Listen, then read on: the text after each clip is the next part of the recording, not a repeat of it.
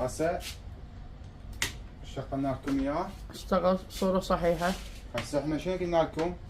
شلنا الايرت. الايرت شلته. شلنا الايرت من البودي مالته. نشوف الجوزة تطيح لو ما تطيح. هاي يلا راويهم الجوزة. خلنا اقرب لك اياها. قربت لكم الجوزة شباب. شوفوا ما يطفى.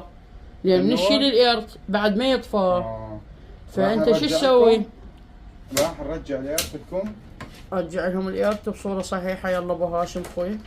هذا الايرت راويهم شلون راح نشده. شد لهم.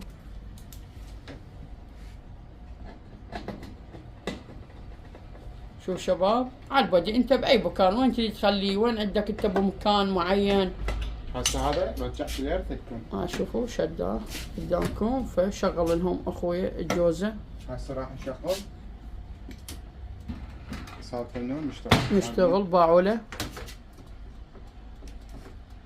هاي عرته. شوفوا شلون اشتغلت طبيعية.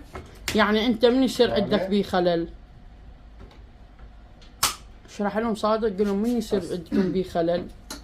حبيب قلبي مثل ما قلنا لكم هاي الجوزة ما تطيح، ما يطيح التنور. تصير طبيق، تصير دمج بالهيتر مالته ما تطيح.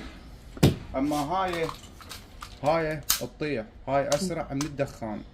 هاي تطيح بشغله وحده. اذا انت شاد اير تطيح، ما شاد اير ما تطيح. لوش ما تدسوا ما تطيح الجوزة اخوي. وتحياتي لكم وانا خادمكم. يلا سلم عليهم بعد روحي وان شاء الله باكر انزلكم فيديو جديد.